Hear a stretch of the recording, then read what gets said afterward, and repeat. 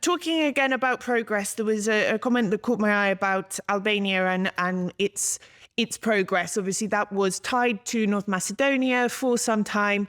The talks have opened now, but you mentioned that issues with the rule of law in Albania have not helped the situation and are likely to be a stumbling block.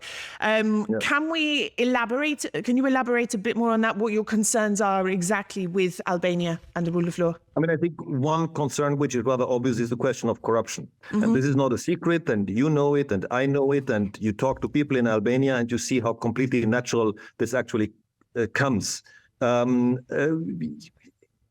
I think it is important from time to time to have a look on the International Corruption Index, and you can see where the problems actually are. And so certain things just have to be corrected in the framework of the accession process or in the forefront of that.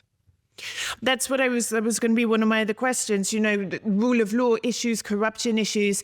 Is this something, it's a chicken and egg sort of situation? Should it be fixed before Albania takes more steps, or is it something we should be focusing on more within the accession process? Not just Albania, but other countries as well. Of course, it should be a precondition to start the accession process, but that's a theoretical thought, because it is something that we have to be realistic. It's not something you can end from one moment to the next. No. When we look at the last different election campaigns we have seen in the area, we always saw that fight of corruption is one of the main election topics. And still we see it does not really work as fast as we probably all would wish it would go.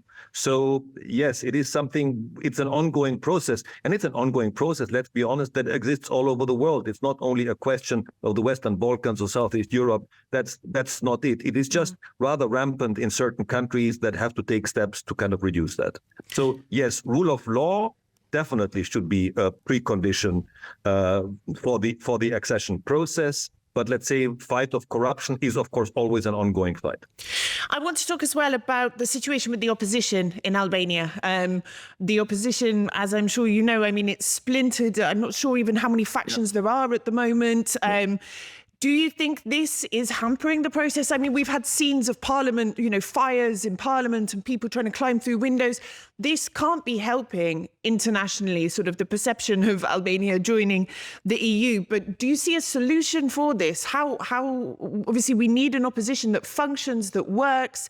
How can we move forward?